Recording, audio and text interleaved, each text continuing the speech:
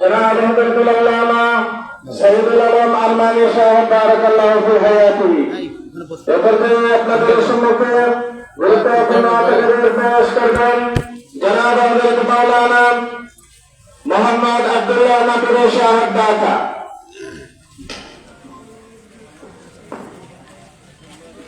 السلام عليكم ورحمة الله وبركاته.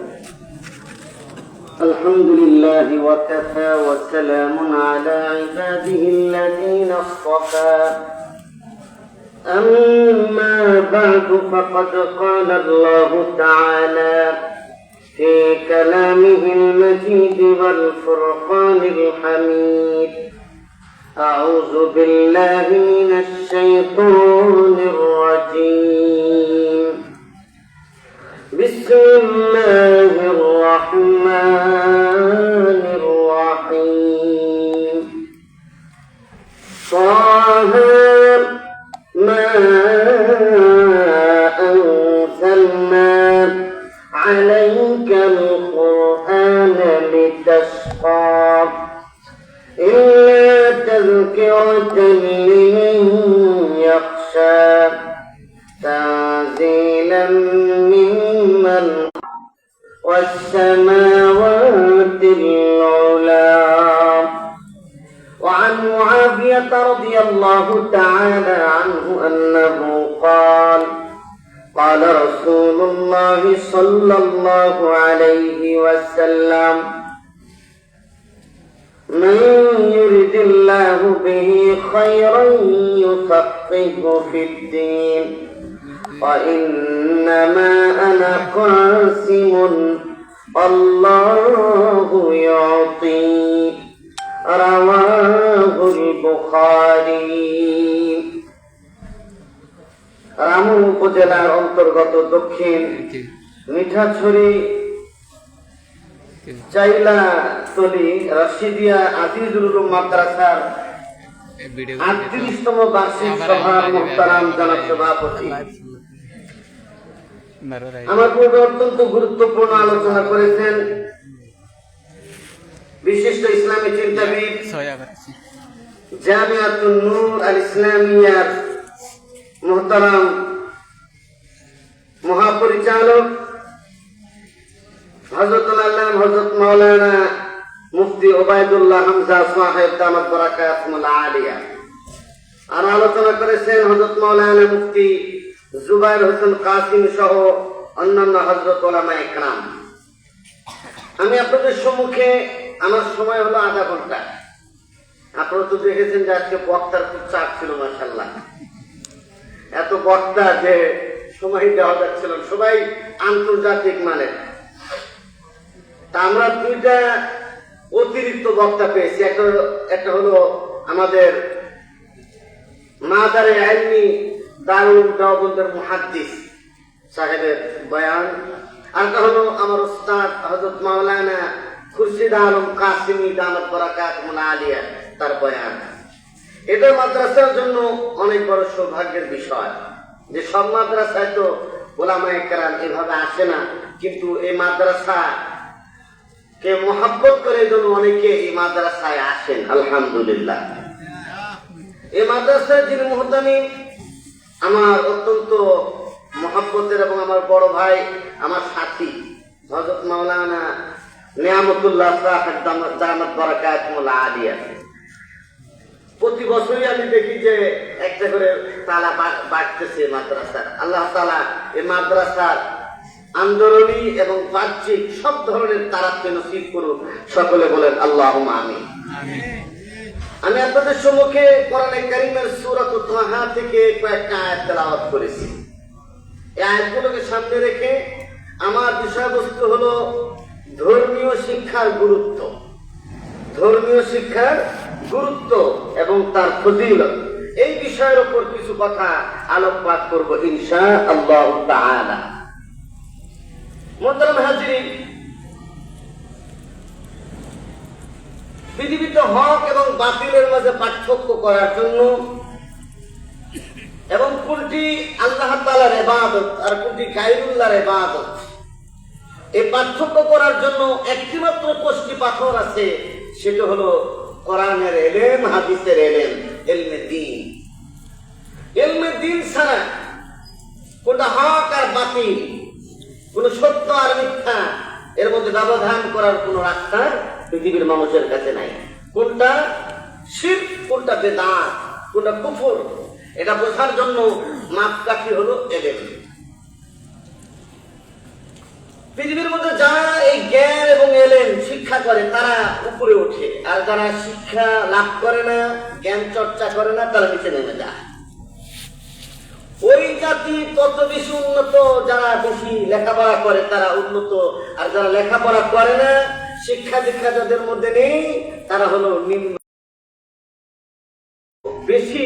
এই জন্য আল্লাহ সুবহানাহু ওয়া তাআলা কোরআনে কারীমের সর্বপ্রথম যে আয়াত নাযিল করেছেন, সে আয়াতের মধ্যে নামাজের কথা বলেন নাই, রোজার কথা বলেন নাই। সে আয়াতের মধ্যে আল্লাহ সুবহানাহু ওয়া তাআলা শিক্ষা করার কথা বলেছেন, পড়ালেখার কথা বলেছেন। ঠিক কিনা? ঠিক। আল্লাহ রাব্বুল আলামিন বলেন, ইকরা বিসমি রাব্বিকাল্লাযী খালাক খালাকাল ইনসানা মিন আলাক ইকরা রাব্বুকাল আকরাম الذي علم بالقلم علم الإنسان ما لم يعلم। আল্লাহ রাব্বুল আলামিন বলেন, পড়ো তোমার ওই প্রভুর নামে, যে প্রভু তোমাকে জমাট বাঁধা রক্ত থেকে সৃষ্টি করেছেন। পড়ো ওই প্রভুর নামে, যে প্রভু হলো অত্যন্ত সম্মানিত। ওই প্রভুর নামে পড়ো, যে প্রভু তোমাকে কলমের মাধ্যমে শিক্ষা দিয়েছেন। পড়ো ওই প্রভুর নামে, যে প্রভু এমন এমন জিনিস তোমাকে শিক্ষা দিয়েছেন তা তুমি জানতে না। এই জন্য পড়ার কথা। হেরা গুহার মধ্যে সর্বপ্রথম যে আয়াত নাযিল হয় মুসলমানদের জন্য, ইমানদারের জন্য, পৃথিবীর জন্য, সেটি ছিল হচ্ছে শিক্ষা করা। কিন্তু আজকে আমরা শিক্ষা করি না। আরো যা লেখাপড়া করি, শিক্ষা করতেছি, সেটা হলো আসলে আমাদের দুনিয়াতে কিছু কাজে লাগলো, আখিরাতে আমাদের কাজে লাগছে না। এই জন্য এমন শিক্ষা অর্জন করা দরকার যা আমাদের দুনিয়াতেও কাজে লাগে, আখিরাতেও কাজে লাগে। ঠিক কিনা? ঠিক। আল্লাহ রাব্বুল আলামিন বলেন, ইউতিল হিকমাতা মান ইয়াশাউ ওয়া মান ইউতাল হিকমাতা ফাকাদ উতিয়া খায়রান কাসীরা। আল্লাহ যাকে চান এই ইলমে দ্বীন, এই হিকমত দান করেন, ইলমে ফিকহ দান করেন। আর যাকে আল্লাহ রাব্বুল আলামিন ইলমে ফিকহ, ইলমে দ্বীন যাকে দান করলেন, আমার আল্লাহ বললেন তাকে প্রভূত কল্যাণ আল্লাহ দান করেছেন। তাকে সবচেয়ে বড় নিয়ামত এই পৃথিবীর মধ্যে, সবচেয়ে বড় নিয়ামত হলো দ্বীনের এলেম, কোরআন হাদিসের এলেম। জোরে বলেন না সুবহানাল্লাহ। কারণ মানুষ যখন মরে যাবে, মরে যাওয়ার পর তার কবরের মধ্যে তাকে ABCD সম্পর্কে জিজ্ঞেস করা হবে না, ক খ সম্পর্কে তাকে জিজ্ঞেস করা হবে না। তাকে জিজ্ঞেস করা হবে কালিমা তুমি জানো কিনা, আল্লাহর মারিফাত, আল্লাহর পরিচয় তোমার জানা আছে কিনা, এই সম্পর্কে বান্দাকে জিজ্ঞেস করা হবে। অন্য বিষয়ে আল্লাহ জিজ্ঞেস করবেন না। তোমার ইসলাম কি, তোমার রব কে, তোমার রবের পরিচয় তোমাকে বলতে হবে। এই সম্পর্কে আল্লাহ তাআলা কি করবেন? বান্দাকে ফেরেশতার মাধ্যমে জিজ্ঞাসা করবেন। এই জন্য আমাদের সন্তানদেরকে সর্বপ্রথম যে শিক্ষা দিব সেটা দ্বীনের শিক্ষা, কোরআনের শিক্ষা। কারণ কোরআনের শিক্ষা দ্বারা মানুষ হয়, আল্লাহকে চিনতে পারে। এলেম ছাড়া মাওলাকে চেনা যায় না। এই জন্য ইসলামের মধ্যে ইলম শিক্ষা করাটা ফরজ করা হয়েছে। যেমন রাসূল করিম সাল্লাল্লাহু আলাইহি ওয়াসাল্লাম বলেছেন, খায়রুকুম মান তাআল্লামাল কুরআন ওয়া আল্লামা। তোমাদের মধ্যে সেই শ্রেষ্ঠ যে কোরআন শিক্ষা করে এবং কোরআন শিক্ষা দেয়। এটা বলা হয় নাই ইঞ্জিনিয়ার হলে তোমাদের মধ্যে শ্রেষ্ঠ, ব্যারিস্টার হলে তোমাদের মধ্যে শ্রেষ্ঠ, ডাক্তার হলে তোমাদের মধ্যে শ্রেষ্ঠ। এই কথা আমার আল্লাহ বলেন, আমার নবী বলেন নাই। আমার নবী বলেছেন তোমাদের মধ্যে সেই শ্রেষ্ঠ যে কোরআন শিক্ষা করে আর যে কোরআন শিক্ষা দেয়। কোরআন শিক্ষা দেওয়া আর করা এটা হলো সবচেয়ে গুরুত্বপূর্ণ আমল, সবচেয়ে বড় ব্যাপার। এই জন্য মুআবিয়া রাদিয়াল্লাহু তাআলা আনহু থেকে হাদিস, বুখারী শরীফের মধ্যে হাদিস আছে, রাসূলুল্লাহ সাল্লাল্লাহু আলাইহি ওয়াসাল্লাম বলেছেন, মান ইউরিদিল্লাহু বিহি খায়রান ইউফাক্কিহু ফিদ্দীন। যাকে আল্লাহ তাআলা যার কল্যাণ চান, আল্লাহ যার মঙ্গল চান, আল্লাহ তাকে দ্বীনের গভীর জ্ঞান দান করেন।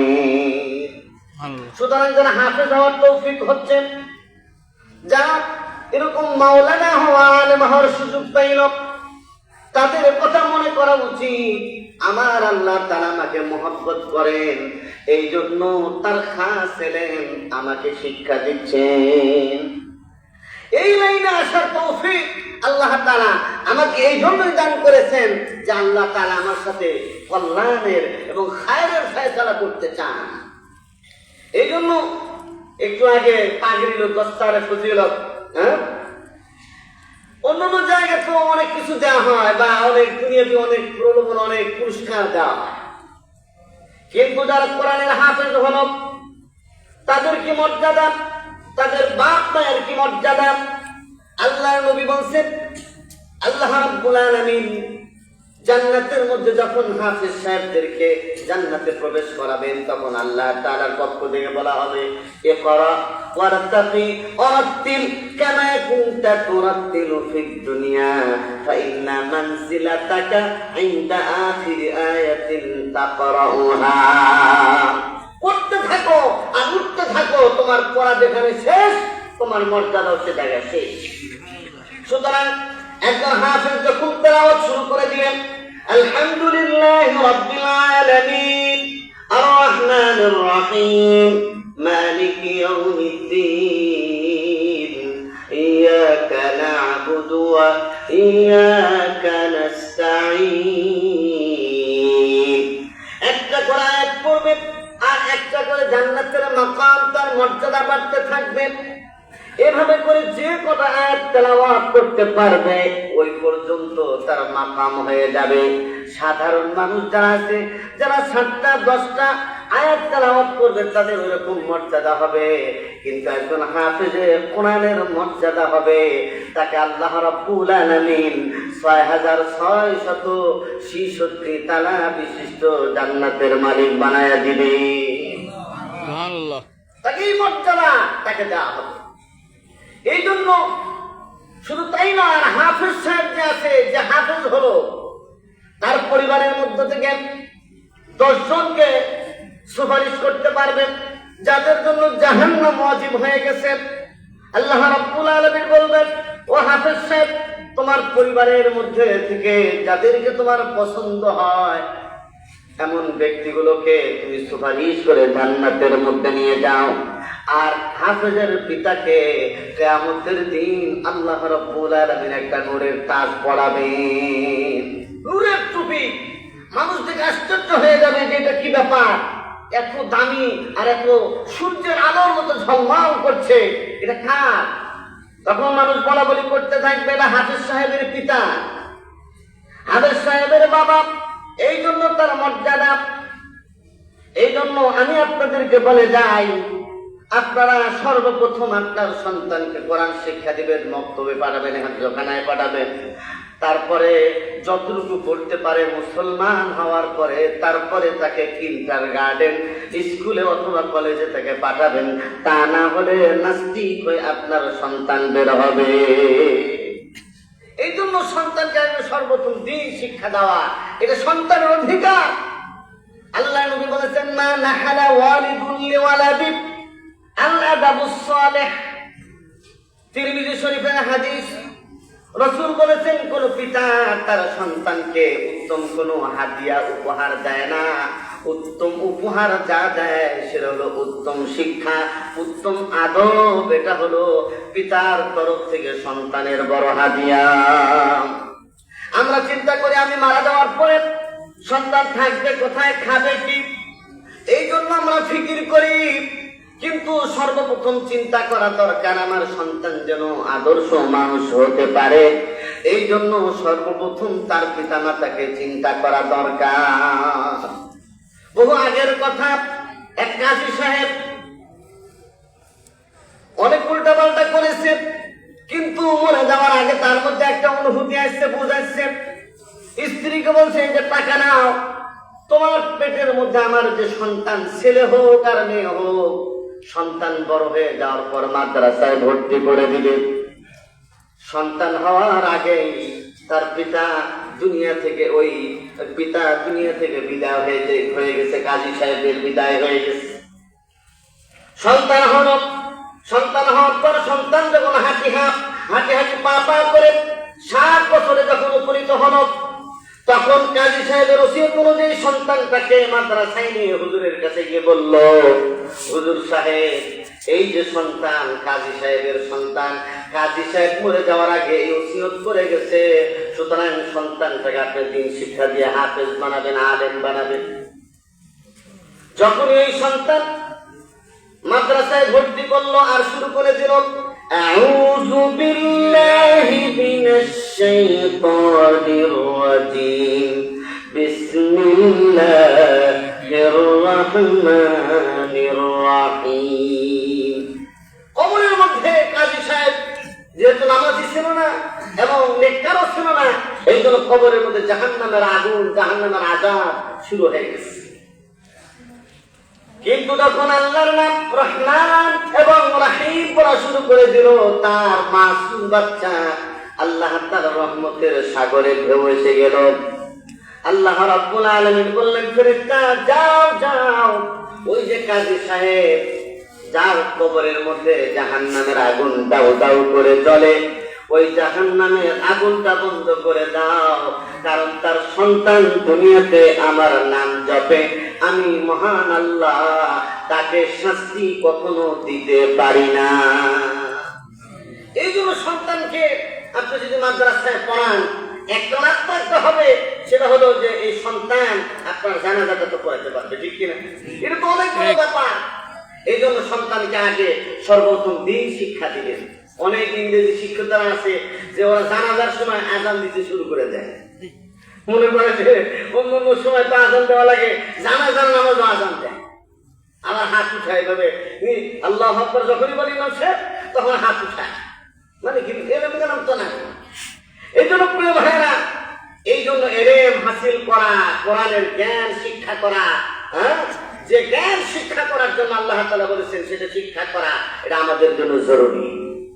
এই জন্য সূরা তাহার 135টা আয়াত আছে, তার মধ্যে কয়েকটা আয়াত পড়েছি।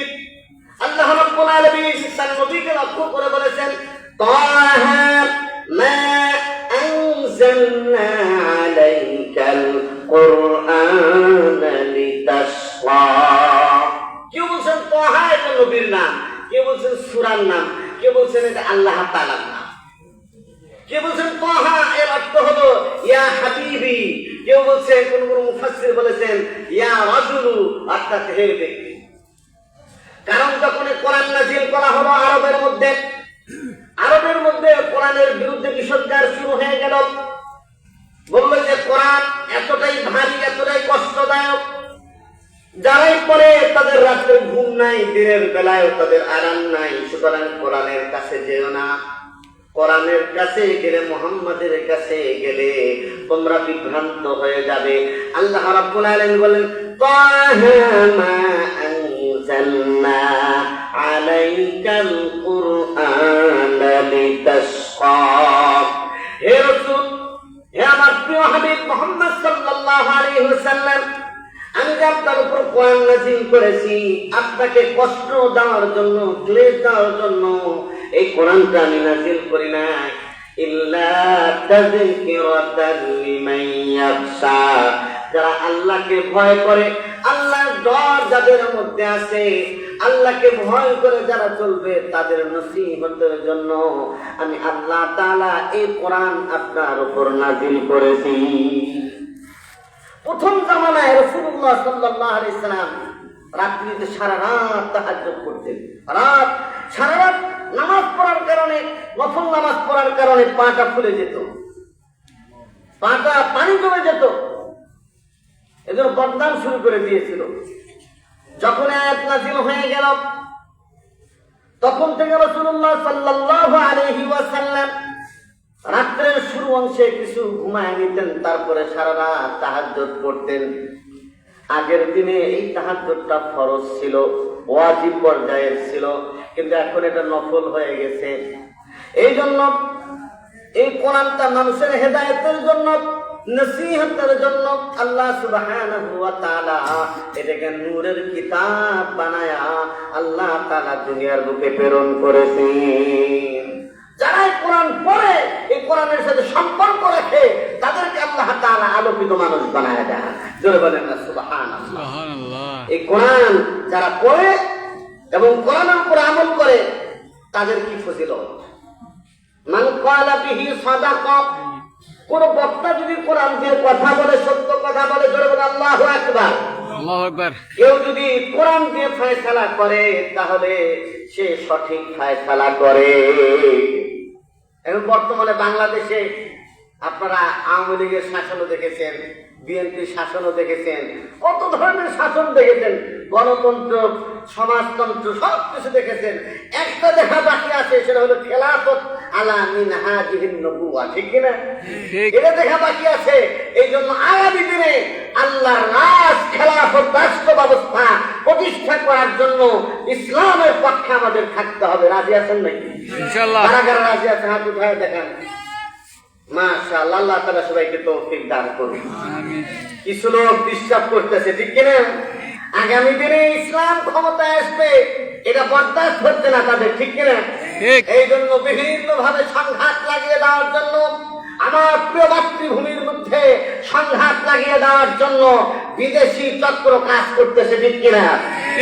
আমাদেরকে সতর্ক থাকতে হবে। পরিষ্কার বলতে চাই, শাহজালালের এই পুণ্যভূমি, শাহ আমানত শাহের পুণ্যভূমি, শাহ মুর্তজার পুণ্যভূমি, শেখ আহমদ শহীদের পুণ্যভূমিকে ও নাস্তিক, মুরতাদ, বিদেশি শক্তিদেরকে মাথা চাড়া দিয়ে উঠতে দেওয়া যাবে না, ঠিক কিনা বলে? মসজিদ, মাদ্রাসা, আলেম ওলামাদের বিরুদ্ধে যারাই কথা বলবে, অবস্থান নিবে, তাদের ত্রুটি চেপে দেওয়া হবে, ঠিক কিনা বলে? এতদিন তো আপনারা শাসন করেছেন, এখন আমাদেরকে একটু সুযোগ দেন, ঠিক কিনা? এখন আমাদের একটু সুযোগ দেন। এই জন্য কোরআন দ্বারা ফয়সালা হোক, এটা কারা কারা চান? কারা কারা সবাই চান? মাশাআল্লাহ। এটা কারোর জন্য লস হবে না, আওয়ামী লীগের জন্য লস না, বিএনপির জন্য, কোন দলের জন্য লস না, বরং মানুষের প্রত্যেকটা বিধর্মীদের জন্য ইসলাম আসলে তারা শান্তিতে থাকবে, ঠিক কিনা বলে? শান্তি, নিরাপত্তা সবকিছু দেওয়া হবে। এই জন্য কোরআন হলো একটা আসরওয়ালা কিতাব। যারা পরে তাদের মধ্যে এটা প্রতিক্রিয়া হয়, তাদের মধ্যে আল্লাহর সাথে মহব্বত বাড়ে। আল্লাহ নবী সাল্লাল্লাহু আলাইহি ওয়াসাল্লাম একদিন উবাই ইবনে কাবকে লক্ষ্য করে বললেন, উবাই ইবনে কাব, আমাকে একটু কোরআনে কারীম থেকে তেলাওয়াত করে শোনাও। বুঝি ইয়া রাসূলুল্লাহ, আপনি হলেন সাহেব কোরআন, আপনার উপর কোরআন নাযিল হয়েছে, আমি আপনাকে শোনাবো, এটা কেমন কথা? বলতেছে উবাই ইবনে কাব, আল্লাহ তাআলা বলেছেন তোমাকে শোনাইতে। বুঝে হুজুর, হুজুর আল্লাহ কি আমার নামটাও বলেছেন নাকি? বুখারী শরীফে বলতেছি। বলে হ্যাঁ, তোমার নাম বলেছেন। বলে উবাই ইবনে কাবের জীবনটা সার্থক হয়ে গেছে, যে রাসূলের সোহবতে থেকে, কোরআনের মহব্বতে আল্লাহ তাআলা আমার নামটা পর্যন্ত নিয়েছেন। জোরে বলেন সুবহানাল্লাহ। সুবহানাল্লাহ। এই জন্য কোরআনের দ্বারা মানুষের আল্লাহ তাআলার সাথে সম্পর্ক হয়। সুতরাং যার উপর নাজিল হয়েছেন তিনি দামি মানুষ, ঠিক কিনা? যে সমাজে নাজিল হয়েছে ওই সমাজের মানুষগুলো যদি কোরআন মানে তাহলে তারা দামি হয়ে যাবে। যারা এই সিনার মধ্যে ধারণ করে তারাও দামি মানুষ হয়ে যায়। যারা কোরআন অনুযায়ী ফয়সালা করবে তারাও দামি মানুষ হয়ে যাবে। চিৎকার করে বলেন না সুবহানাল্লাহ। এই জন্য যত মাস আছে ওই মাসের মধ্যে রমজান মাসের দাম বেশি, ঠিক কিনা বলেন? কারণ কোরআনের মধ্যে নাযিল হয়েছে কোরআন। আল্লাহ রাব্বুল আলামিন বলেছেন, ইন্না আনজালনাহু ফি লাইলাতিল কদর ওয়া মা আদরাকা মা লাইলাতুল কদর। লাইলাতুল কদরি খায়রুম মিন আলফি শাহর। আল্লাহ তাআলা বলেন কোরআন আমি সবে কদরে নাযিল করেছি। ও নবী আপনি কি জানেন সবে কদর এর মর্যাদা কি? 1000 মাস থেকে শ্রেষ্ঠ। এই জন্য ওই রাত্রির দাম হয়েছে কোরআনের কারণে, ওই মাসের দাম হয়েছে কোরআনের কারণে। সুবহানাল্লাহ বলেন। এই জন্য এই সমাজ যদি কোরআন দ্বারা চলে এই সমাজটা সুন্দর হয়ে যাবে, ঠিক কিনা? ঠিক। এই যে চুরি বাটপারি যা হয়েছে বিগত দিবসে, বিগত দিনগুলোতে দেশের কোটি কোটি টাকা চুরি করে এরকম ভাবে সিন্ডিকেট করে বিদেশে পাচার করা হয়েছে, এদেশকে একবার তলাবিহীন ঝুড়ি বানায় চলে গেছে। বলতেছে যে এইগুলোর যদি শাস্তি কোরআনের আইন আলোকে যদি দেওয়া হয়, কোরআনের বিধান অনুযায়ী দেওয়া হয়, তাহলে এদেশে চুরি থাকবে না, ঠিক কিনা বলেন? দেশটা সোনার দেশে পরিণত হবে, ঠিক কিনা? ঠিক। এই জন্য প্রিয় ভাইরা আমার, এই কোরআন নাযিল হয়েছে কার তরফ থেকে বলেন? আল্লাহর তরফ থেকে। অল্প অল্প করে 63 বছরের জিন্দেগিতে কোরআন নাযিল হয়েছে আল্লাহর নবীর উপর। 23 বছরে নাযিল হয়েছে অল্প অল্প, যেখানে যেটা দরকার হাত কাটার জন্য, চুরির ঘটনা করেছে ওই জায়গায় আস-সারিকু ওয়াস-সারিকাতু ফাকতাউ আইদিয়াহুমা, এই আয়াত নাযিল হয়েছে। সন্ত্রাসী হয়েছে এর জন্য আয়াত নাযিল হয়েছে। সব কিছুর ব্যাপারে কোরআনে আছে কিনা বলেন? কোরআনের মধ্যে এমন কোন বিধান নেই, এমন কোন আইন নেই যা কোরআনের মধ্যে নেই। সুতরাং কোরআন অনুযায়ী, দিন শিক্ষা অনুযায়ী যদি সবকিছু চলে সবকিছু সুন্দর হয়ে যাবে, ঠিক কিনা বলেন? এই জন্য আজকের ইসলামী মহাসম্মেলন থেকে আমরা অন্তর্বর্তীকালীন সরকারের কাছে দাবি জানাতে চাই, প্রত্যেকটা স্কুলে, কলেজে, ভার্সিটিতে ধর্মীয় শিক্ষক দিতে হবে, ঠিক কিনা বলেন? ধর্ম শিক্ষাকে বাধ্যতামূলক করতে হবে। কওমি মাদ্রাসার সনদের স্বীকৃতি দেওয়া হয়েছে, এর যথাযথ বাস্তবায়ন চাই, ঠিক কিনা বলেন? কারা কারা চান? আল্লাহ সবাইকে কবুল করুক এবং এর বাস্তবায়ন যেন আমরা দেখে দিতে পারি। আল্লাহ কবুল করুক, বলেন আমিন। আমাদের স্বীকৃতি তো আল্লাহ তাআলাই দিয়েছেন, ঠিক কিনা বলেন? দুনিয়ার মানুষ স্বীকৃতি না দিলে আমাদের তেমন কিছু আসে যায় না, কিন্তু এই দুনিয়াতে চলার জন্য স্বীকৃতির প্রয়োজন আছে। অর্থাৎ যে সমস্ত জায়গায় ইসলাম নিয়ে হাদিস, কোরআন, আদব, এই সব বিষয়ে যে ভার্সিটিতে যে লেখাপড়াগুলো আছে, আমাদের কওমি মাদ্রাসায় দাওরা হাদিস পড়ে তারা যেন ওই জায়গায় গিয়ে ভর্তি হতে পারে, কলেজে, ভার্সিটিতে, সেই ব্যবস্থাটাই আমরা সরকারের কাছে চাই, ঠিক কিনা বলেন? এবং আমাদের সন্তানরা তারা যেন কওমি মাদ্রাসা পড়ে, দাওরা হাদিস পড়ে, তাকমিল পড়ে তারা যেন সৌদি আরবে যেতে পারে, মদিনা বিশ্ববিদ্যালয়ে পড়তে পারে, জামিয়াতুল মালিক ইবনে আব্দুল আজিজে পড়তে পারে, এরা যেন রিয়াদ বিশ্ববিদ্যালয়ে পড়তে পারে, এরা যেন উম্মুল কুরা বিশ্ববিদ্যালয়ে পড়তে পারে, জামিয়াতুল আজহারে পড়তে পারে, পৃথিবীর যত ইসলামী বিশ্ববিদ্যালয় আছে সব জায়গায় যেন পড়তে পারে। এটাই হলো আমাদের সনদের স্বীকৃতির বাস্তবায়ন, এইটাই, ঠিক কিনা বলেন? তাহলে একটা মূলার মতো ঝুলাই দিল যে তোমাদের দিছি, আর এমপি মন্ত্রী এসে সারাদিন এই বক্তব্য আমাদের দিতে থাকে যে আমাদের সরকারি কাজ করেছে, ঠিক কিনা? তবে একটা কাজ হয়েছে, সে কাজটা হলো যে এর দ্বারা সামাজিক স্বীকৃতিটা হয়েছে, ঠিক কিনা বলেন? আগে তো আমাদেরকে মানুষের শিক্ষিতই মনে করতো না, কিন্তু যখন দাওরা হাদিসকে মাস্টার্সের সম্মান দিয়েছে তখন এটা সবাই দেখছে যে এটা দাওরা হাদিস মাস্টার্সের সম্মান, অর্থাৎ দাওরা হাদিসের একজন ছাত্র আর অ্যারাবিকে ইসলামিক ইয়েতে সে হলো কি মাস্টার পাস, ঠিক কিনা? এই জন্য অশিক্ষিত মনে করার কোন সুযোগ নেই। এই জন্য প্রিয় ভাইয়েরা আমার, আমি আপনাদেরকে বলতে চাই, এই যে তালেবে ইলম জানা, ইলম শিক্ষা করে, আল্লাহ নবী বলেছেন মান সালাকা তারিকান ইয়ালতামিসু ফীহি ইলমা সাহালাল্লাহু বিহি তারিকান ইলাল জান্নাহ। যে কোনো ব্যক্তি ইলম হাসিল করার জন্য সামান্য পথ অতিক্রম করলো, মনে করেন এই মসজিদে আজিজুল মাদ্রাসায় আসলাম, আপনিও আসতে পারেন এই মসজিদে ইমাম সাহেবের কাছে, এই জায়গায় আসলাম, আসার পর এই কোরআনে কারীম শিখলো।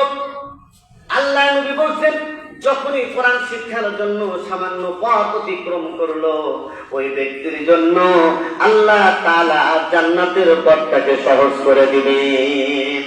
শুধু তাই নয়, যে তালেবে ইলম যে রাস্তা দিয়ে হেঁটে যায়, আল্লাহ আল্লাহ নবী বিশ্ব নবী বলেছেন ওয়াইনাল মালাইকাতা লা তাযউ আজনিহাতাহা রিজাল লিতালিবিল ইলম, যে তালেবে ইলম যে রাস্তা দিয়ে হেঁটে যায় ফেরেশতারা তালেবে ইলমদের দেখে তাদের ইজ্জত করার জন্য দাঁড়িয়ে যায়।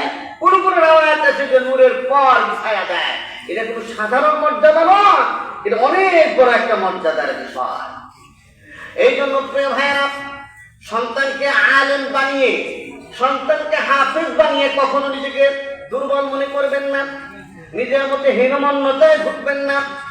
আপনি মনে করবেন যে হায়, আমি আমার সবচেয়ে দুনিয়ার মধ্যে শ্রেষ্ঠ এলেমটা আমার সন্তানকে শিক্ষা দিয়েছি, আমি সবচেয়ে দামি একটা জিনিস আমার সন্তানকে শিক্ষা দিয়েছি। আর এই লাইনে পড়ে কেউ বেকার আছে আপনি পাবেন না, ঠিক কিনা? যেগুলো একটা কোরআনের খেদমতের মধ্যে আছেই তারা, ঠিক কিনা? ঠিক। এই জন্য আজকে মাদ্রাসার শিক্ষা, মাদ্রাসায় যারা শিক্ষকতা করে, মাদ্রাসায় পড়ায়, ইমামতি করে, তাদের বিরুদ্ধে ইহুদিদের এক চর কাজ করতেছে, ঠিক কিনা বলেন? মাদ্রাসায় পড়ায়া ইমামতি করে বেতন নেওয়া মানে বেশ্যাদের সাথে বেশ্যাবৃত্তি করে যে মাহিনা নেওয়া হয়, পারিশ্রমিক দেওয়া হয়, সেটার মতোই জোরে বলেন নাউযুবিল্লাহ। চক্রান্ত। আর আলেম আমাদের থেকে, সাধারণ মানুষ থেকে আলেমদেরকে দূরে সরানোর জন্য একটা চক্রান্ত চলছে, ঠিক কিনা বলেন? আল্লাহ বলছেন আলেমদের সাথে তোমরা থাকো। আল্লাহ নবী বলেছেন কোন আলিমান আও মুতাআল্লিমান আও মুস্তামিআন আও মুহিব্বান ওয়ালা তাকুনিল খামিস ফাতুহলিক। চারটা অপশন দিয়েছেন নবীজি। সম্ভব হলে আলেম হও, যদি আলেম না হতে পারো আলেমের ছাত্র হয়ে যাও, আলেমের কাছে মাসলা মাসাইল জিজ্ঞেস করো। যদি তাও না পারো, আলেমদের বয়ান যেখানে হয়, ওয়াজ মাহফিল হয়, ইসলামী মহাসম্মেলন যে জায়গায় হয়, ওই জায়গায় গিয়ে মনোযোগ সহকারে তোমরা শ্রবণ করো। যদি এটা না হয় যে ওটা কোনো সুযোগই নাই আপনার, পক্ষে আলেমদেরকে মহব্বত করেন দিল দিয়ে, প্রাণ দিয়ে। কারণ আলেমদেরকে যারা মহব্বত করবে, কিয়ামতের দিন আলেমদের সাথে মহব্বতের কারণে আল্লাহ সুবহানাহু ওয়া তাআলা তাদেরকে জান্নাতের মালিক বানায় দিবেন। জোরে বলেন সুবহানাল্লাহ। কিয়ামতের ময়দানে এক লোককে টেনে টেনে জাহান্নামের দিকে নিয়ে যাওয়া হচ্ছে। আল্লাহ তাআলা বলেন তারপরেও ওই লোকটাকে জিজ্ঞেস করো এই লোকটার কোন আলেমের সাথে সম্পর্ক ছিল কিনা। জিজ্ঞেস করা হবে ভাই আপনার কোন আলেমের সাথে সম্পর্ক ছিল কিনা? বলছে না না, আমার আলেমের সাথে কোন সম্পর্ক ছিল। বলছে হ্যাঁ, আমার কোন আলেমের সাথে সম্পর্ক ছিল না, তবে আমার এক বন্ধু ছিল যার সম্পর্কটা আলেমের সাথে ছিল। হাবিবুল হাবিবি হাবিবুন। সুতরাং বন্ধুর বন্ধু বন্ধু হয়। এই জন্য আল্লাহ তাআলা বললেন আলেমের সাথে যেহেতু তার বন্ধুর সম্পর্ক ছিল, এই জন্য আমি আল্লাহ তাআলা তাকে মাফ করে দিলাম। এই জন্য আল্লাহ রাব্বুল আলামিন বলেছেন ইলম যারা শিখবে, সূরাতুল মুজাদালার 11 নম্বর আয়াতের মধ্যে অংশ বিশেষে আল্লাহ বলেন ইয়ারফাইল্লাহুল্লাযীনা আমানু মিনকুম ওয়াল্লাযীনা উতুল ইলমা দারাজাত। আল্লাহ বলেন যাদেরকে আল্লাহ ঈমান দিয়েছেন এবং ইলম দিয়েছেন, এমন ব্যক্তিদের মর্যাদা আমার আল্লাহ তাআলা বাড়ায়া দিবেন। সুবহানাল্লাহ। এই জন্য একজন ইমানদার যতদিন পর্যন্ত এই পৃথিবীর বুকে থাকবে, ততদিন পর্যন্ত এই কিয়ামত সংগঠিত হবে না। জোরে বলেন সুবহানাল্লাহ। আর আলেমের মর্যাদা তো অনেক।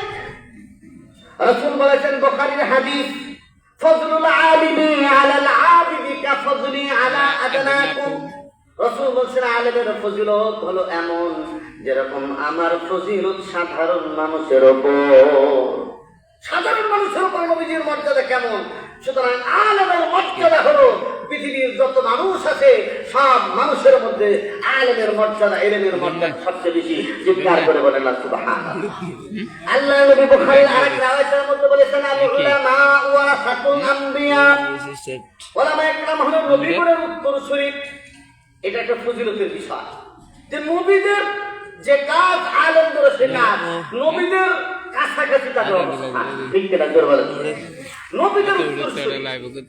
আর আলেমদের দায়িত্বের কথাও এই জায়গা বলা হয়েছে যে নবীদের উত্তরসূরি।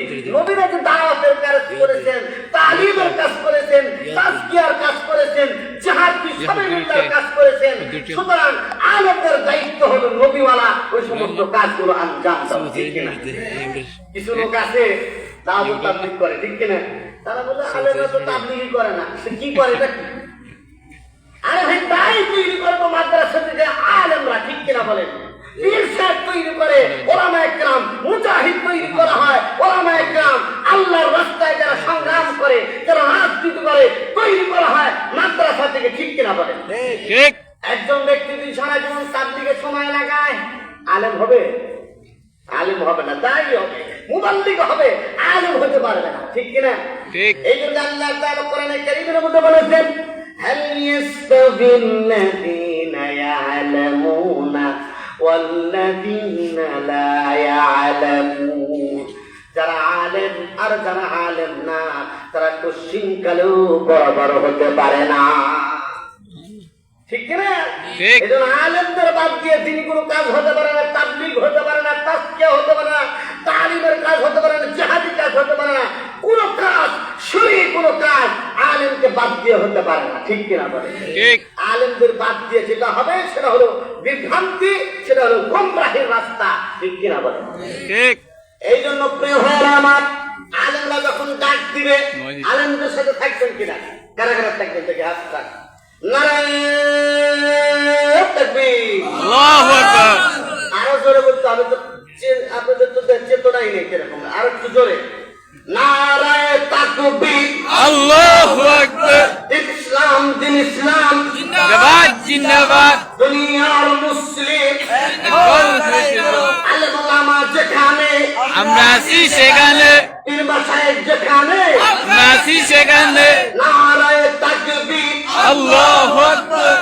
এই জন্য আলেমদের সাথে থাকবেন। আলেমরা যদি বলে বাইতুল মুকাররমের খতিব হযরত মাওলানা মুফতি আব্দুল মালিক বলে যে এই কাজটা করতে হবে, আমরা ওই জায়গায় আছি, ঠিক কিনা বলেন? ঠিক। যদি না করে সেই জায়গায় আমরা থাকবো না, ঠিক কিনা?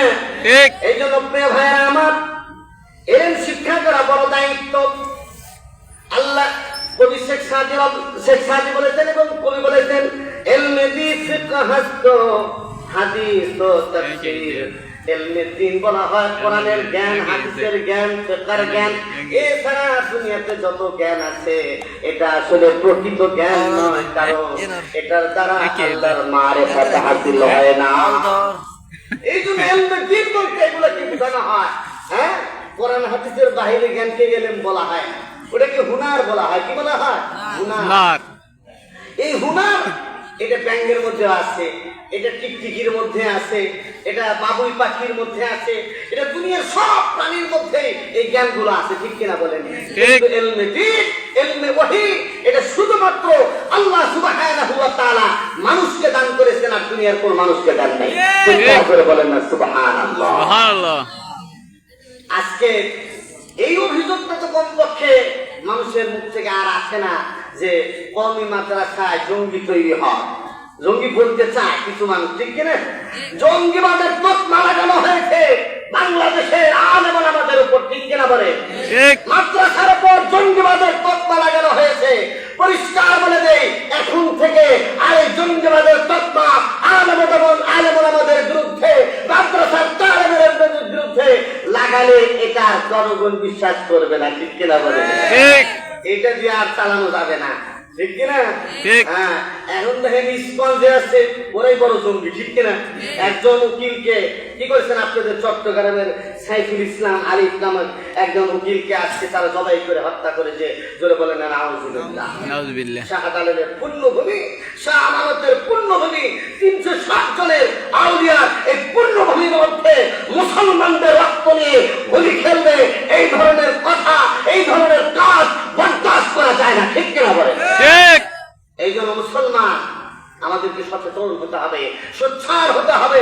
সোচ্চার যদি না হয়, সংগ্রামী যদি না হয়, আন্দোলন যদি আমরা না করি, তাহলে আমাদের উপর এমন ধরনের চাপ, এমন ধরনের অবস্থা, এমন ধরনের হামলা আসতেছে যা ফিলিস্তিনের থেকেও ভয়াবহ হবে, ঠিক কিনা?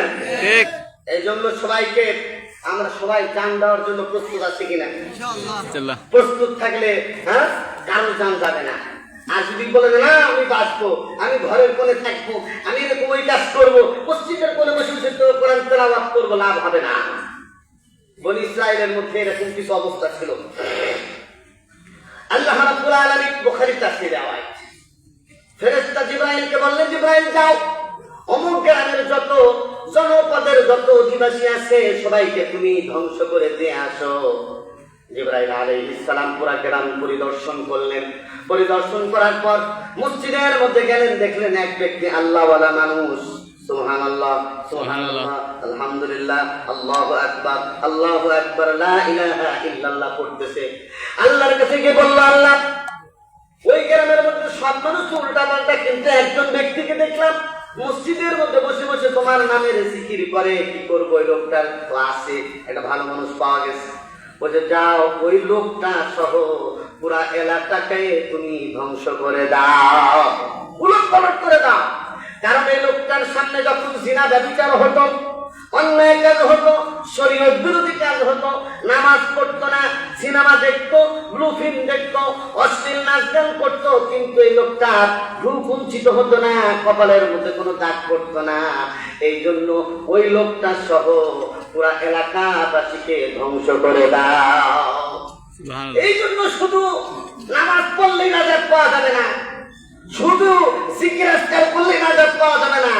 এর জন্য দরকার আমর বিল মারুফ নাহি আনিল মুনকার। চলো বলেন সুবহানাল্লাহ। আল্লাহ রাব্বুল আলামিন কোরআনে কারীমের মধ্যে বলেছেন, মুসলমানরা যদি কোনো সময় ক্ষমতা পায়, আল্লাহ যদি দিয়ে দেয়, চলো বলেন আল্লাহুম্মা আমিন। আল্লাহুম্মা আমিন। তাদের কাজ কি হবে?